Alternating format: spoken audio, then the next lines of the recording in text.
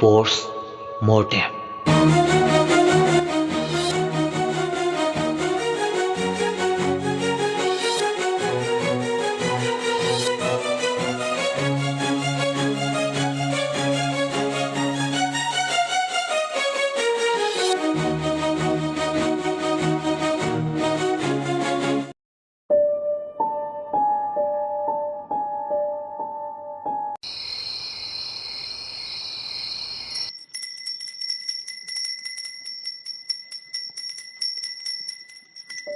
Regina, karino ne? Aina tariba makholsina. Asuk tenglaba matamsida. Tanama ikai kai. Kadaidagi sarikno ahingsidabo. Asi haidana mahak makholdo yamna ngatai haidana. Kadaidano khanduna mahak aphinga payoina phamungdagi fuklauna hogulakle. Asumne hogulakpa mahak aphinga payoina. Makholaduna chingchinba maikai dumda manado thangkatuna tare. Asumna taringe magi kagi thongnawdudagi ingangana ure thonggi hek oirom thangwadomda nupi ama thingok setuna leibdo madu ubada Regina tumluwa kaiga kanano haidina khangningon kharduna magi wakhaldadi huran basangla boininge tumluwa kaiga masado napu matadri kagi thongdo thuna yang hangdoi hek hangtokpaga magi kagi thongnawdagi imungunduda leptuna leramba thengnakiba phingau setpido kanano khanglage haibagi matagu ma thonggi oirom thangmadom de asumna hek yengbaga moment mangna ure masamungna thaukiba karda soidan accident da laikhidraba amaibi tama duna adumna leptuna lerambada pungongai amaromda ngasi phawba Regina gi mafamda achauba aromba madi thame madudi laibak thiraba lambi gi accident da amaibi tama laikhi drive amaibi tamana adumna leptuna lerambada madi punga ngakre sikraba thawaiduna maning makha tamna haina humna leptuna leribani haiba mahang masadi bab oide amaibi tama momo noklaga leptuna lerme mahagnadi asibani haibadi khanglamde haujikti thawaiduna mabu sumalang thakpa horakle mafam dudagi mabu puthoknaba thorang tawre thawaisina haujikti magi ithil pumba mayai pumba phudokpa horakle haujikti thawaisina ka hena magi aningba pamba lawga lakle hinglingai da pharambi amaibi tama asiba thawai oiraba matamdadi mana misi chadna matam noidna siba pumna makki horapam marusi Regina ne aduna Regina gi matakta laman khumlage haiduna lai thawaisina misumba minok noklaga makhut khattuna haujikti Regina bu kaurakle Regina kari wakhal khalarubano khangde thawaisina mabu kawbudo mahak masana yathoklure haujikti thawaisina mabu hek ubada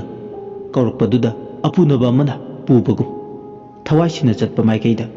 masu haibinba angangum tunginnarakle thawaiduna magi mang thana chatliba mahaksu aduma matungda innari asumna leptuna innarakpana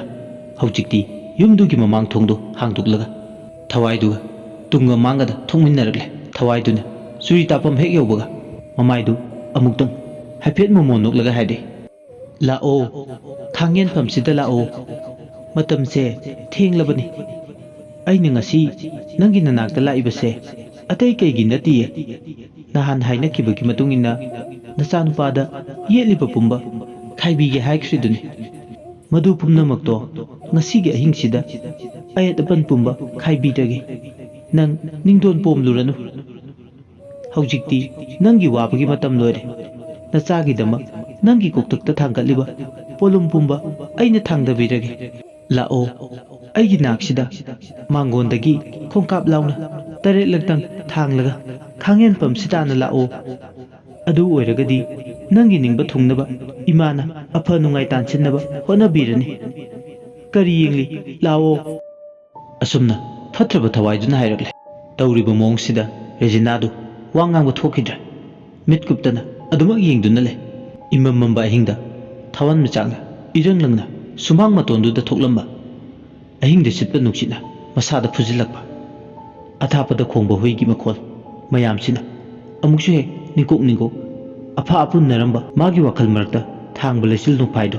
amumuksu he khumdokibadogna tawe mahak ꯑꯃꯨꯛꯁꯨ ꯃꯁꯥꯗ ꯇꯥꯏꯕꯪ ꯋꯥꯈꯜ ꯇꯥꯔꯛꯀꯦ ꯇꯧꯋꯦ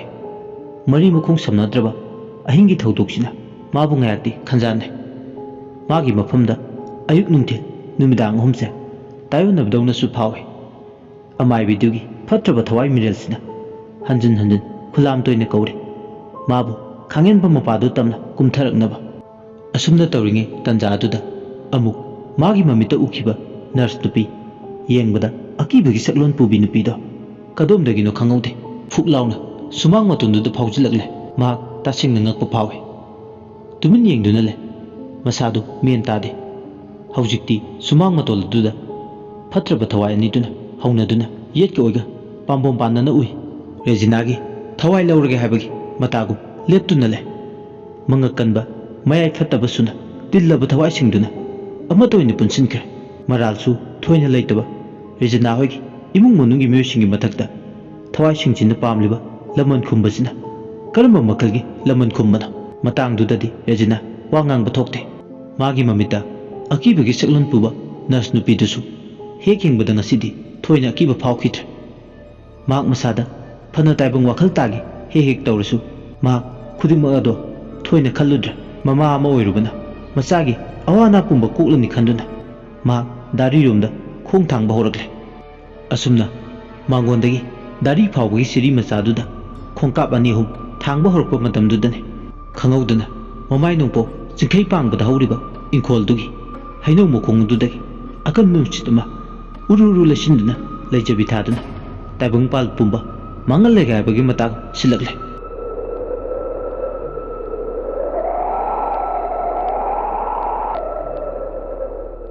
ꯍꯩꯅꯧ ꯃꯈꯣꯡꯗꯨꯗꯒꯤ ꯍꯧꯔꯛꯄ ꯅꯨꯡꯁꯤꯠ ꯑꯀꯟꯕꯗꯨꯅ ꯎꯔꯨ ꯎꯔꯨ ꯂꯩꯁꯤꯟꯅ ꯃꯊꯦꯛ ꯅꯥꯏꯅ ꯂꯥꯏꯔꯦꯟ ꯃꯊꯦꯛꯀꯨꯝ ꯅꯨꯡꯁꯤꯠꯇꯨ ꯂꯤꯟ ꯑꯆꯧꯕ ꯑꯃꯒꯤ ꯁꯛꯂꯣꯟ ꯂꯧ ꯃꯌꯥꯗꯒꯤ ꯈꯥꯝꯕꯤ ꯃꯩ ꯂꯤꯁꯤꯡ ꯀꯥꯝꯕꯒꯨꯝ ꯁꯤꯠꯄ ꯍꯧꯔꯛꯂꯦ ꯑꯁꯨꯝꯅ ꯅꯨꯡꯁꯤꯠꯇꯨꯅ ꯈꯪꯍꯧꯗꯅ ꯁꯤꯜꯂꯛꯄ ꯔꯦꯖꯤꯅꯥ ꯃꯥꯡꯒꯣꯟ ꯗꯥꯔꯤꯗꯨꯗ ꯁꯨꯃꯥꯡ ꯐꯥꯎꯕ ꯈꯣꯡ ꯊꯥꯡꯗꯨꯅ ꯆꯠꯀꯦ ꯍꯣꯠꯅꯔꯝꯕꯗꯨ ꯉꯝꯈꯤꯗ꯭ꯔꯦ ꯑꯀꯟꯕ ꯍꯩꯅꯧ ꯃꯈꯣꯡ ꯑꯗꯨꯗꯒꯤ ꯁꯤꯠꯆꯜꯂꯛꯄ ꯅꯨꯡꯁꯤꯠꯇꯨꯅ ꯃꯅꯤꯡ ꯇꯝꯅ ꯁꯤꯜꯂꯛꯄꯅ ꯔꯦꯖꯤꯅꯥ ꯃꯃꯥꯏ ꯃꯃꯤꯠ ꯐꯥꯎꯕ ꯄꯥꯡꯕ ꯉꯝꯗ꯭ꯔꯦ ꯅꯨꯡꯁꯤꯠꯇꯨꯅ ꯂꯤꯟ ꯑꯃꯒꯤ ꯁꯛꯂꯣꯟꯗ ꯎꯔꯨ ꯎꯔꯨ ꯁꯨꯃꯥꯡ ꯑꯗꯨꯒꯤ ꯑꯀꯣꯏꯕꯗꯨꯗ ꯁꯤꯠꯂꯦ ꯑꯁꯨꯝꯅ ꯇꯧꯕꯅ ꯁꯨꯃꯥꯡꯗ ꯂꯩꯔꯤꯕ ꯐꯠꯇ꯭ꯔꯕ ꯊꯋꯥꯏ ꯑꯅꯤꯗꯣ ꯃꯌꯥꯛ ꯆꯥꯝꯕꯗꯧꯅ ꯇꯧꯏ ꯃꯈꯣꯏꯒꯤ ꯃꯌꯥꯏ ꯄꯨꯝꯕ ꯇꯞꯅ ꯇꯞꯅ ꯃꯌꯤꯡ ꯇꯥꯕꯗꯧꯅ ꯐꯥꯎꯏ ꯇꯧꯔꯤꯕ ꯃꯇꯧꯗꯨꯗ ꯔꯦꯖꯤꯅꯥꯗꯤ ꯅꯨꯡꯁꯤꯠꯀꯤ ꯁꯥꯎꯝꯗꯨꯅ ꯀꯝꯃꯟꯈꯤꯕꯅ ꯃꯥꯡꯒꯣꯟ ꯃꯌꯥꯏ ꯌꯨꯝꯕꯤ ꯑꯃꯗ ꯃꯁꯥꯗꯣ ꯇꯞ ꯅꯞꯁꯤꯟꯗꯨꯅ ꯃꯈꯨꯠꯇꯨꯅ ꯃꯥꯡꯒꯣꯟ ꯃꯌꯥꯒꯤ ꯌꯨꯝꯕꯤꯗꯨꯗ ꯀꯣꯟꯗꯨꯅ ꯂꯩ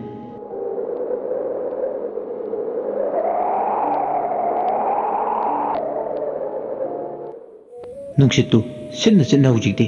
ꯈꯪꯍꯧꯗꯅ ꯅꯨꯄꯥ ꯑꯃꯒꯤ ꯑꯌꯥꯛꯄ ꯈꯣꯟꯖꯦꯜꯗ ꯈꯣꯟꯊꯥꯡꯉꯦꯅ ꯂꯥꯎꯔꯛꯂꯦ ꯍꯥꯏ ꯍꯥꯏ ꯂꯝ ꯍꯦꯟꯕ ꯇꯥꯏꯕꯪ ꯊꯋꯥꯏ ꯃꯤꯔꯦꯜ ꯐꯠꯇꯕ ꯍꯥꯝꯆꯠ ꯍꯥꯝꯐꯣꯏꯅꯕ ꯅꯈꯣꯏꯒꯤ ꯃꯇꯝ ꯂꯣꯏꯔꯦ ꯈꯪꯅ ꯈꯪꯅ ꯑꯍꯤꯡꯕ ꯃꯔꯛꯇ ꯅꯈꯣꯏꯅ ꯎꯇꯥꯡꯕꯒꯨꯝ ꯑꯍꯤꯡꯕ ꯃꯔꯛꯇ ꯁꯩꯗꯥꯡꯗꯨꯅ ꯂꯩꯕ ꯌꯥꯕ ꯃꯇꯝꯂ ꯍꯧꯖꯤꯛꯄꯨ ꯅꯕꯨꯔꯦꯜꯗ ꯅꯈꯣꯏ ꯌꯨꯝꯁꯤꯗꯕ ꯊꯪꯋꯥꯏ ꯃꯍꯥꯔꯟꯕ ꯅꯣꯡꯄꯣꯛ ꯋꯥꯏꯔꯝ ꯑꯇꯣꯟꯕ ꯆꯤꯡꯉꯨ ꯅꯥꯇꯦ ꯍꯩꯕ ꯁꯥꯔꯦꯟ ꯇꯥꯡꯈꯝ ꯌꯥꯗ ꯆꯤꯛꯄ ꯅꯣꯡꯄꯣꯛ ꯃꯥꯂꯪ ꯍꯨꯝꯃꯣꯏꯕ ꯌꯥꯡꯒꯣꯏ ꯑꯌꯥꯡꯕꯕꯨ ꯈꯨꯟꯅꯦꯠꯅꯕ ꯊꯧꯗꯨ ꯅꯨꯡꯄꯥꯛ ꯃꯊꯛꯇ ꯌꯥꯎꯟ ꯇꯝꯕ ꯂꯥꯏꯅꯤꯡꯊꯧ ꯑꯩ ꯂꯩꯔꯤ ꯀꯔꯤꯒꯤ ꯈꯪꯗ꯭ꯔꯦ ꯃꯕꯨꯛꯇ ꯅꯨꯡꯁꯤꯠ ꯆꯦꯟꯕ ꯃꯔꯝꯅ ꯁꯒꯣꯜ ꯂꯩꯁꯥ ꯑꯌꯥꯡꯕ ꯈꯨꯟꯅꯦꯠꯅꯕ ꯑꯉꯧꯕ ꯃꯆꯨ ꯑꯣꯏꯕ ꯊꯧꯕꯗ ꯌꯥꯡꯕ ꯃꯈꯣꯡꯅ ꯂꯩꯕꯥꯛ ꯇꯥꯗꯕ ꯃꯈꯩ ꯄꯥꯏꯕꯒꯨꯝ ꯌꯥꯡꯅ ꯆꯦꯟꯕ ꯉꯝꯕ ꯍꯩꯉꯥꯡ ꯄꯥꯠꯇ ꯆꯛꯇꯥꯕ ꯑꯩꯇꯒ ꯁꯥꯒꯣꯟꯅꯔꯛꯄ ꯁꯃꯗꯣꯟ ꯑꯌꯥꯡꯕ ꯁꯨꯃꯥꯡ ꯋꯥꯏꯅꯨ ꯃꯊꯛꯇ ꯅꯣꯡꯂꯦꯟꯅ ꯃꯔꯥꯡ ꯍꯧꯕꯗ ꯂꯥꯡꯒꯣꯏ ꯈꯨꯔꯨꯞ ꯍꯧꯕꯕꯨ ꯈꯨꯔꯨꯞ ꯃꯄꯥꯜ ꯍꯧꯕꯗ ꯂꯥꯡꯒꯣꯏ ꯈꯨꯡꯒꯨꯜ ꯇꯥꯗꯕ ꯁꯥ ꯃꯥꯔꯖꯤꯡ ꯑꯩꯒꯤ ꯂꯥꯡꯒꯣꯏ ꯁꯒꯣꯜ ꯑꯌꯥꯡꯕ ꯇꯣꯡꯗꯨꯅ ꯉꯁꯤ ꯀꯧꯕ ꯀꯣꯔꯧꯅꯣ ꯐꯠꯇ꯭ꯔꯕ ꯊꯋꯥꯏ ꯅꯈꯣꯏꯕꯨ ꯆꯩꯕꯤ ꯆꯩꯊꯦꯡ ꯄꯤꯒꯦꯗꯣ ꯑꯁꯨꯝꯅ ꯅꯨꯄꯥꯁꯤꯒꯤ ꯈꯣꯟꯖꯦꯜꯁꯤꯅ ꯈꯥꯛꯅ ꯂꯥꯎꯅ ꯍꯥꯏꯔꯛꯄ ꯃꯥꯏꯀꯩ ꯈꯨꯗꯤꯡꯅ ꯅꯤꯜꯂꯛꯂꯦ ꯈꯣꯟꯖꯦꯜꯁꯤꯅ ꯇꯠꯇꯅ ꯈꯣꯟꯊꯥꯡ ꯌꯩꯔꯦ ꯃꯥꯏꯀꯩ ꯈꯨꯗꯤꯡ ꯅꯤꯜꯂꯔꯦ ꯁꯨꯃꯥꯡꯗ ꯂꯩꯔꯤꯕ ꯐꯠꯇ꯭ꯔꯕ ꯊꯋꯥꯏ ꯑꯅꯤꯗꯨꯗꯤ ꯇꯅꯤꯛ ꯇꯅꯤꯛꯄ ꯐꯥꯎꯏ ꯑꯗꯨꯕꯨ ꯀꯩꯗꯧꯕ ꯉꯝꯗꯣꯏꯅꯣ ꯈꯟ ꯊꯧꯁꯥ ꯋꯥꯁꯥꯗꯅ ꯑꯗꯨꯃꯛ ꯂꯩꯊꯣꯛꯏ ꯇꯥꯟꯖꯥꯗꯨꯗ ꯑꯃꯨꯛ ꯈꯪꯍꯧꯗꯅ ꯑꯇꯤꯌꯥꯗꯣ ꯅꯣꯡꯊꯥꯡ ꯀꯨꯞꯄꯗꯧꯅ ꯀꯨꯞꯂꯛꯂꯦ ꯃꯥꯏꯀꯩ ꯈꯨꯗꯤꯡꯅ ꯅꯣꯡ ꯃꯃꯤꯠ ꯐꯥꯛꯄꯒꯨꯝ ꯐꯥꯛꯂꯛꯂꯦ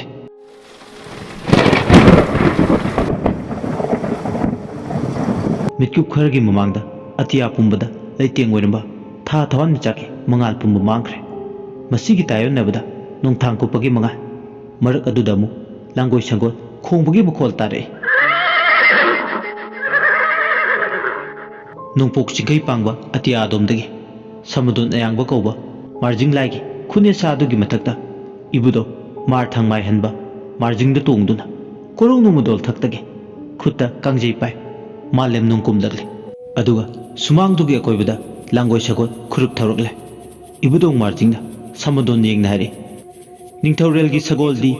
ꯅꯃꯩꯅ ꯒꯦꯒꯦ ꯂꯥꯎꯕꯅꯤ ꯑꯉꯧꯕ ꯁꯒꯣꯜꯅꯕ꯭ꯔꯥ ꯍꯥꯏ ꯍꯥꯏ ꯁꯃꯗꯣꯟ ꯑꯌꯥꯡꯕ ꯐꯠꯇ꯭ꯔꯕ ꯊꯋꯥꯏ ꯃꯤꯔꯦꯜꯁꯤꯡꯁꯦ ꯆꯦꯜꯍꯟꯕ ꯌꯥꯗꯦ ꯃꯥꯔꯖꯤꯡ ꯑꯩꯒꯤ ꯏꯈꯨꯠꯆꯟ ꯍꯥꯎꯔꯩ ꯈꯥꯅ ꯄꯥꯡꯕ ꯂꯝꯂꯦꯟ ꯆꯤꯡꯅꯨꯡꯍꯨꯠꯀꯤ ꯂꯝꯗꯝ ꯇꯥꯅ ꯐꯥꯔꯒ ꯄꯨꯗꯣꯏꯅꯤ ꯃꯈꯣꯏꯕꯨ ꯅꯥꯟꯊꯣꯛꯍꯟꯕ ꯌꯥꯗꯦ ꯀꯨꯞꯅ ꯁꯦꯟꯅꯧ ꯊꯋꯥꯏ ꯃꯤꯔꯦꯜ ꯍꯝꯆꯠ ꯍꯝꯄꯣꯏꯅꯕꯁꯤꯡꯁꯦ ꯄꯥꯝꯕ ꯀꯩꯔꯦꯜ ꯃꯩꯔꯤꯛꯄꯤ ꯃꯄꯤ ꯃꯆꯥ ꯑꯅꯤꯒꯤ ꯃꯆꯤꯟꯖꯥꯛ ꯃꯊꯥ ꯑꯣꯏꯍꯟꯒꯦ ꯑꯁꯤ ꯍꯥꯏꯔꯒ ꯏꯕꯨꯗꯧ ꯃꯥꯔꯖꯤꯡ ꯃꯈꯨꯠꯁꯨ ꯄꯥꯏꯔꯤꯕ ꯀꯥꯡꯉꯨ ꯀꯥꯡꯖꯩ ꯑꯗꯨꯅ ꯐꯠꯇ꯭ꯔꯕ ꯊꯋꯥꯏ ꯑꯅꯤꯗꯣ ꯀꯣꯠꯅꯕ ꯀꯥꯡꯖꯩ ꯑꯗꯨꯅ ꯇꯥꯟꯅ ꯇꯥꯟꯅ ꯀꯟꯅꯕ ꯊꯧꯔꯥꯡ ꯇꯧꯔꯛꯂꯦ ꯑꯁꯨꯝꯅ ꯊꯋꯥꯏꯁꯤꯡꯗꯣ ꯂꯥꯛꯁꯤꯟꯅꯕ ꯍꯣꯠꯅꯔꯛꯄꯗ ꯊꯋꯥꯏꯁꯤꯡꯗꯣ ꯃꯤꯄꯥꯏ ꯊꯕꯥꯏꯕ ꯍꯧꯔꯛꯂꯦ ꯃꯐꯝ ꯑꯗꯨꯗꯤ ꯅꯥꯊꯩꯔꯒ ꯆꯦꯟꯅꯕ ꯍꯣꯠꯅꯔꯛꯂꯦ ꯑꯗꯨꯕꯨ ꯂꯥꯡꯒꯣꯏ ꯁꯒꯣꯜ ꯑꯌꯥꯡꯕ ꯏꯕꯨꯗꯧ ꯃꯥꯒꯤ ꯁꯃꯗꯣꯟ ꯑꯌꯥꯡꯕꯅ ꯀꯣꯏꯅ ꯑꯀꯣꯏꯕꯗꯨꯗ ꯊꯧꯗꯨꯅ ꯀꯨꯞꯅ ꯁꯦꯟꯅꯈꯤꯕꯅ ꯃꯐꯝ ꯑꯗꯨꯗꯤ ꯅꯥꯊꯩꯕ ꯉꯝꯗ꯭ꯔꯦ ꯃꯍꯤ ꯃꯌꯥꯏ ꯇꯞꯅ ꯇꯞꯅ ꯆꯥꯝꯕ ꯍꯧꯔꯛꯂꯦ ꯑꯁꯨꯝꯅ ꯉꯥꯎꯆꯠꯅꯗꯨꯅ ꯂꯩꯔꯤꯉꯩ ꯂꯥꯏ ꯅꯨꯔꯥ ꯇꯔꯦꯠꯁꯨ ꯁꯨꯃꯥꯡꯗꯨꯒꯤ ꯑꯀꯣꯏꯕꯗ ꯊꯨꯡꯂꯔꯦ ꯑꯗꯨꯒ ꯄꯨꯟꯅ ꯑꯃꯠꯇ ꯑꯣꯏꯅ ꯈꯣꯟꯖꯦꯜ ꯑꯃꯠꯇꯗ ꯍꯥꯏꯔꯛꯂꯦ ꯏꯇꯥꯈꯣꯏ ꯆꯔꯤꯈꯣꯏ ꯁꯒꯣꯜ ꯆꯦꯟꯁꯦ ꯂꯪꯆꯦꯟꯁꯦ ꯎꯔꯥꯟ ꯆꯤꯡꯗꯣꯜ ꯂꯣꯝꯃꯨꯁꯦ ꯈꯪꯂꯥ ꯄꯣꯠꯇꯝ ꯄꯨꯔꯨꯁꯦ ꯂꯥꯏ ꯊꯔꯣꯏ ꯆꯈꯥꯡꯁꯦ ꯍꯩꯇꯨꯞ ꯄꯤꯇꯥꯏꯅꯨ ꯄꯥꯅ ꯇꯞꯇꯥꯏꯅꯨ ꯁꯒꯣꯜ ꯇꯣꯡꯕ ꯀꯥꯏꯔꯝꯕ ꯅꯪꯕꯨ ꯇꯣꯡꯕ ꯌꯥꯡꯗꯦꯗ ꯂꯝꯄꯥꯟꯗ ꯈꯣꯡꯁꯥꯕꯤ ꯅꯪꯕꯨ ꯁꯥꯏꯕ ꯉꯪꯗꯦꯗ ꯑꯁꯤ ꯍꯥꯏꯔꯒ ꯂꯥꯏ ꯅꯨꯔꯥꯁꯤꯡꯗꯨꯅ ꯈꯨꯕꯥꯛ ꯍꯧꯅ ꯈꯨꯗꯨꯅ ꯁꯃꯗꯣꯟ ꯑꯌꯥꯡꯕꯕꯨ ꯊꯧꯒꯠꯂꯤ ꯁꯒꯣꯜ ꯃꯥꯒꯤ ꯃꯃꯩꯅ ꯒꯦ ꯒꯦ ꯂꯥꯎꯅ ꯅꯨꯡꯁꯤꯠꯀꯤ ꯃꯥꯡ ꯊꯥꯅ ꯌꯥꯡꯅ ꯆꯦꯜꯂꯕꯗ ꯐꯠꯇ꯭ꯔꯕ ꯊꯋꯥꯏ ꯑꯅꯤꯗꯨꯗꯤ ꯆꯟꯐꯝ ꯂꯩꯇ꯭ꯔꯦ ꯃꯤ ꯈꯪꯗꯦ ꯊꯋꯥꯏ ꯈꯪꯗꯦ ꯑꯩꯅ ꯃꯉꯥꯏꯔꯦ ꯍꯥꯏꯗꯨꯅ ꯍꯦ ꯇꯣꯡꯗꯨꯅ ꯆꯠꯂꯕ ꯑꯉꯝꯕ ꯑꯃꯒꯤ ꯃꯊꯛꯇ ꯑꯉꯝꯕ ꯑꯃ ꯂꯩ ꯀꯥꯎꯐꯗꯦ ꯐꯠꯇ꯭ꯔꯕ ꯊꯋꯥꯏꯁꯤꯡꯁꯤꯅ ꯃꯈꯣꯏ ꯃꯉꯥꯏꯔꯦ ꯍꯥꯏꯕꯒꯤ ꯃꯇꯥꯒꯨꯝ ꯀꯔꯤꯝꯇ ꯇꯧꯕ ꯉꯝꯂꯔꯣꯏ ꯈꯟꯗꯨꯅ ꯃꯨꯛꯂꯝꯕ ꯍꯧꯖꯤꯛꯇꯤ ꯃꯈꯣꯏꯕꯨ ꯋꯥꯔꯛꯄꯤꯅꯕ ꯆꯤꯡꯎ ꯂꯩꯌꯥꯝ ꯄꯨꯝꯕꯅ ꯍꯧꯅꯗꯨꯅ ꯂꯥꯛꯂꯕꯗ ꯐꯠꯇ꯭ꯔꯕ ꯊꯋꯥꯏꯁꯤꯡ ꯑꯁꯦ ꯃꯌꯥꯏ ꯄꯨꯝꯕ ꯃꯌꯦꯡ ꯇꯥꯕ ꯍꯧꯔꯛꯂꯦ ꯃꯥꯏꯀꯩ ꯃꯥꯏꯀꯩ ꯉꯥꯛꯄ ꯂꯩꯌꯥꯝ ꯄꯨꯝꯕ ꯍꯧꯖꯤꯛꯇꯤ ꯃꯊꯪ ꯃꯅꯥꯎ ナꯏꯅ ꯑꯀꯣꯏꯕꯗꯨꯗ ꯊꯨꯡꯕ ꯍꯧꯔꯛꯂꯦ ꯏꯕꯨꯗꯧ ꯄꯥꯈꯪꯕꯁꯨ ꯃꯐꯝ ꯑꯗꯨꯗ ꯌꯧꯁꯤꯜꯂꯛꯂꯦ ꯇꯨꯕꯤ ꯑꯍꯤꯡ ꯃꯤꯑꯣꯏꯕ ꯅꯨꯡꯊꯤꯜ ꯈꯣꯏꯃꯨ ꯂꯥꯏꯑꯣꯏꯕꯗꯤ ꯃꯁꯥꯅꯧ ꯂꯩꯁꯅꯥ ꯈꯣꯏꯃꯣꯝ ꯂꯥꯏ ꯅꯁꯥꯕꯤꯒꯤ ꯂꯦꯝꯂꯩ ꯉꯥꯇꯥꯀꯣꯟ ꯆꯤꯡꯅꯨꯡ ꯂꯊꯝꯄꯣ ꯄꯨꯔꯨꯝ ꯆꯤꯡꯈꯣꯡ ꯅꯦꯝꯗ ꯁꯟꯊꯨꯞꯄꯕꯨ ꯃꯗꯥꯏꯔꯝ ꯂꯩꯅꯨꯡ ꯊꯔꯨꯛ ꯑꯁꯩꯕꯅ ꯃꯣꯏꯀꯥꯏ ꯊꯥꯕꯨ ꯂꯤꯕ ꯂꯤꯛꯂꯥꯡ ꯊꯥꯕꯨ ꯁꯤꯕ ꯊꯕꯥ ꯉꯥꯡꯀꯣꯏꯅꯕꯅ ꯆꯤꯡꯈꯣꯡ ꯌꯥꯀꯥꯏꯗ꯭ꯔꯤꯉꯩ ꯐꯠꯇ꯭ꯔꯕ ꯊꯋꯥꯏꯁꯤꯡꯕꯨ ꯆꯩꯕꯤ ꯆꯩꯊꯦꯡ ꯄꯤꯔꯒꯦ ꯍꯥꯏꯗꯨꯅ ꯅꯤꯡꯂꯛꯂꯦ ꯑꯁꯨꯝꯅ ꯂꯩꯌꯥꯝ ꯄꯨꯝꯕꯅ ꯃꯥꯏꯀꯩ ꯈꯨꯗꯤꯡꯗ ꯁꯤꯟꯗꯨꯅ ꯂꯩꯈ꯭ꯔꯕꯗ ꯑꯅꯤꯗꯣ ꯀꯗꯣꯝꯗ ꯆꯦꯟꯁꯤꯒꯦ ꯌꯦꯡꯂꯛꯂꯦ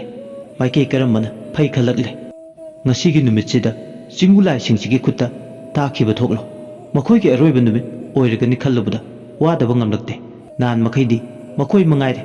ꯇꯧꯒꯦꯇ ꯉꯝꯃꯤ ꯈꯜꯂꯝꯕ ꯍꯧꯖꯤꯛꯇꯤ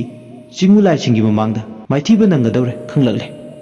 ꯊꯋꯥꯏ ꯑꯅꯤꯁꯦ ꯍꯧꯖꯤꯛꯇꯤ ꯆꯟꯐꯝ ꯂꯩꯇ꯭ꯔꯦ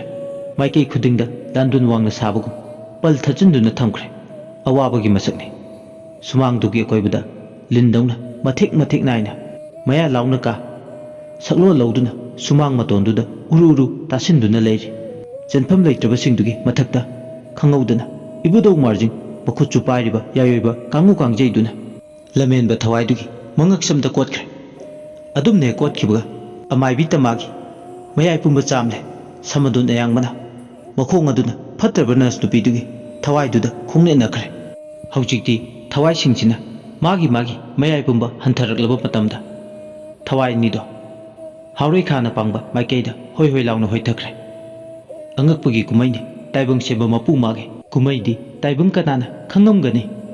ꯆꯤꯡꯎ ꯂꯥꯏꯅ ꯃꯇꯦꯡ ꯄꯥꯡꯕꯤꯔꯗꯨꯅ ꯌꯨꯝꯏꯪꯈꯣꯜꯗꯨꯗ ꯍꯟꯖꯤꯟ ꯍꯟꯖꯤꯟ ꯌꯦꯠꯀꯗꯨꯒꯤ ꯂꯥꯛꯂꯤꯕ ꯊꯋꯥꯏ ꯃꯌꯥꯝꯗꯣ ꯂꯣꯏꯅ ꯍꯟꯈ꯭ꯔꯦ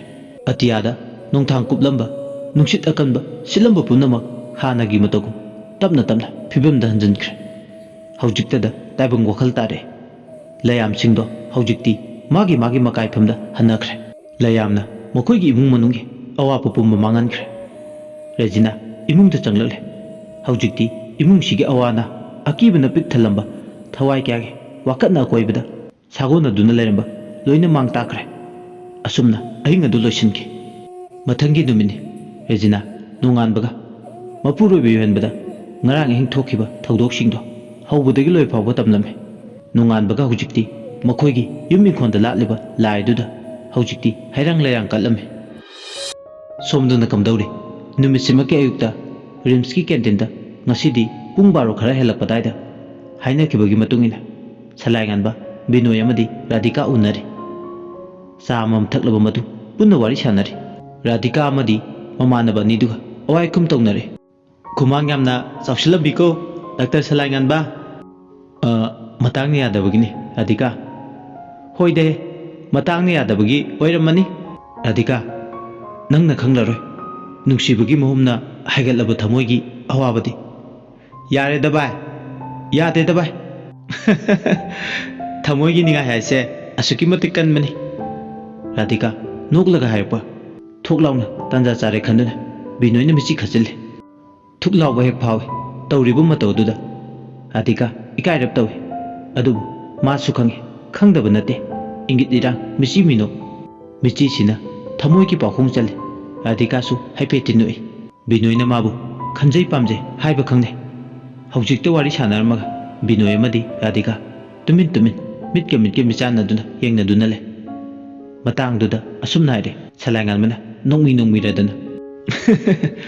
yona yosabi da tangjarira natraga yosabina yota tangjarira khangdre da tawrise yosu yosabi su animuk marale anido salainganmana ngangbududa ngayak yingnaramado amuk ichai thokpudongna tawe ngayakti irang kaithel karubane binoy amadi radhika yengkhe yengnaraga amuk yengsinada saduna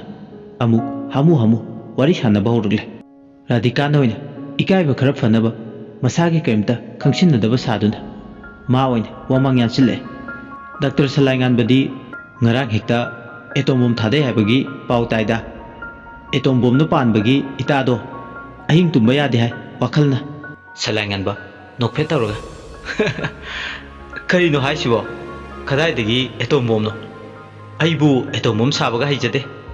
ho khangjare yare nungsigi etombom thadabadawna oira male itado ngasayuksu phone tawrame ngarang ahingsu itado pungaw he ngawre Salainganba nokphe tawraga mu pakhum pire etombom ga laire haigi khanba wahaiga amata phawhe haiba nangawdri tawrisi pangmandaba haiduni doctor nangsu adugi nateda matangdo yam sakidre matang saba sadaba thirunu doctor hainingba waidi thamoida kuina omduna thamdaba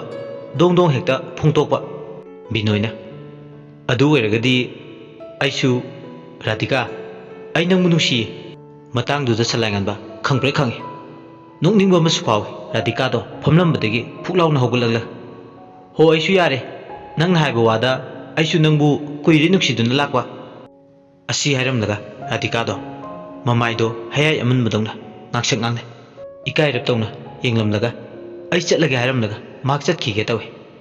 hek chatkige tawbuga binoyna ngaikho phone number piramko radhika nongmi radan haire 7643295542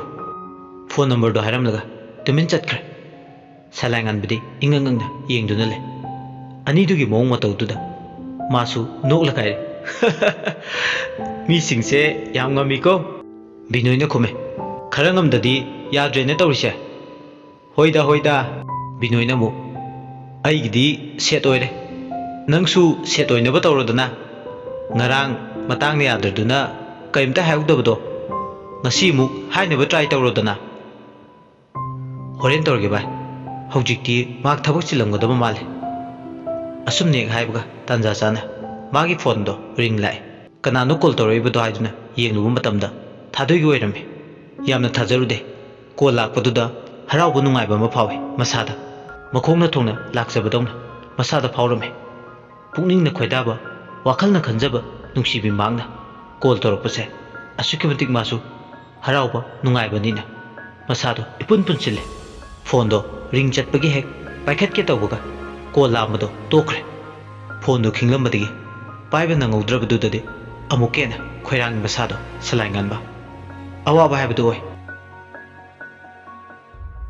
warisigi kunthama pansuba tangkak matang asida losinjare mayamna warisi tabiraga ꯑꯗꯣꯝꯒꯤ ꯃꯣꯠ ꯑꯗꯨ command ꯊꯝꯕꯤꯔꯝꯃꯨ ꯑꯃꯗꯤ channel ꯑꯁꯤꯕꯨ ꯅꯨꯡꯁꯤꯕꯤꯗꯨꯅ like ꯑꯃꯗꯤ subscribe ꯇꯧꯕ ꯀꯥꯎꯕꯤꯒꯅꯨ ꯂꯣꯏꯁꯤꯜꯂꯛꯄꯗ ꯃꯌꯥꯝꯕꯨ ꯏꯀꯣꯛꯅꯅ ꯑꯃꯨꯛ ꯍꯟꯅ ꯈꯨꯔꯨꯝꯖꯔꯤ